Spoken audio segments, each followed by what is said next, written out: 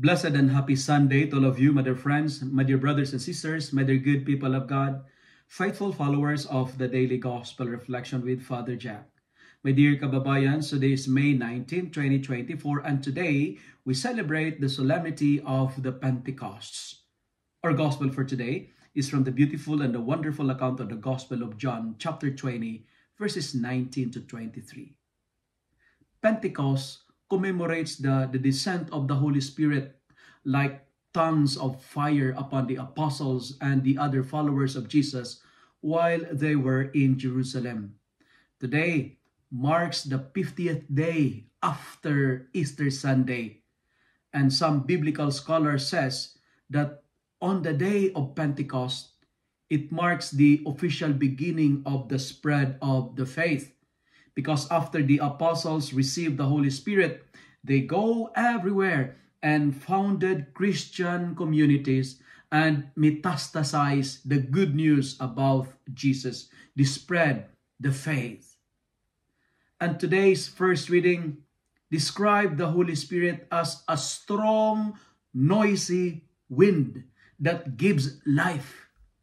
This is the breath of God that gives life and empowers the disciples. It empowers the disciples because from being timid, from being fearful, they became bold and brave and passionate proclaimers of the faith. From being poor and uneducated individuals, they speak in different tongues. There is dynamism, there is energy, there is vitality, there is passion, there is power. Because our first reading says, all were filled with the Holy Spirit and began to speak other languages. My dear friends, my dear brothers and sisters, when we open ourselves to the Lord, we can renew the face of the earth. And that's our responsorial psalm for today. Lord, send out your Spirit and renew the face of the earth. To renew the face of the earth, let us open our life to the Spirit, because the Spirit will use us to speak the language of God, alive and present in different languages. Let us use the power of language to build up our faith. Let us use the power of language to strengthen our faith, because language can change the heart. Lord, send out your Spirit and renew the face of the earth. Our mission is to renew the face of the earth.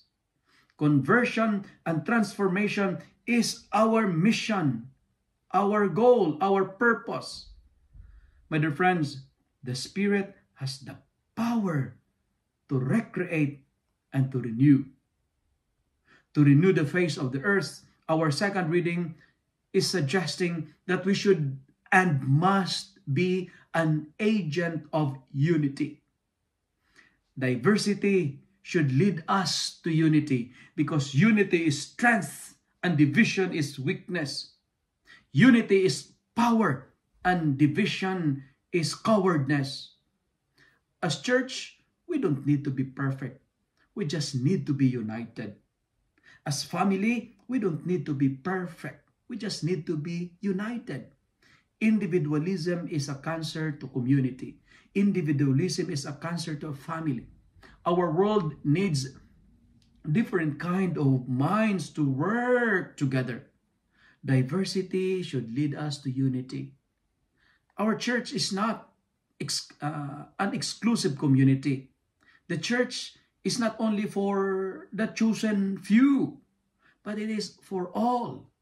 That's why let us not isolate ourselves from our community. Unity cannot be spelled without you. I say it again. Unity cannot be spelled without you. Let us promote unity, because unity can renew, can transform the face of the earth. Unity can bring us into abundance and experience of prosperity. Unity can lead us back to God. And our gospel for today is also reminding us to be an agent of renewal. We should practice forgiveness. My dear friends, my dear followers, the best and effective weapon, effective power that can renew the face of the earth is love. Love can heal the wounds of division. Love can cure the pain of hatred and hurt. Love can get someone back on their feet. We heard in the gospel that disciples were hiding in a locked door, hiding because they were afraid. They don't like their lives end like their master. They were hiding, and hiding is an image of self-focus.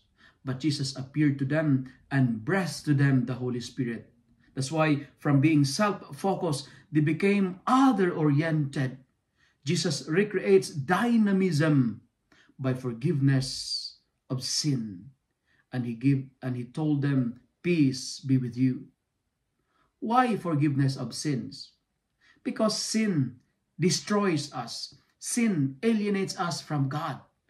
Forgiveness of sin restores us back to God. And the Holy Spirit opens the way back to God through reconciliation.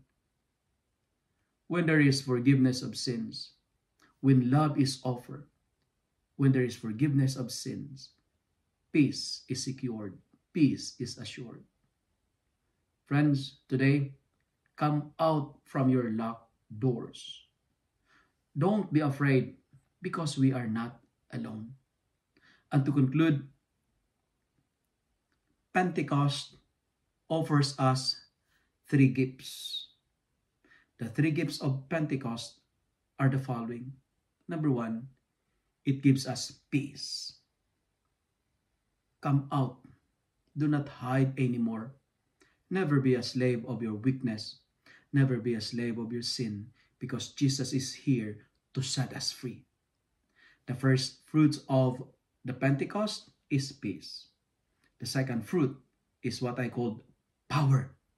You know, He gave us the mission, the purpose to renew the face of the earth. We have the power to do that.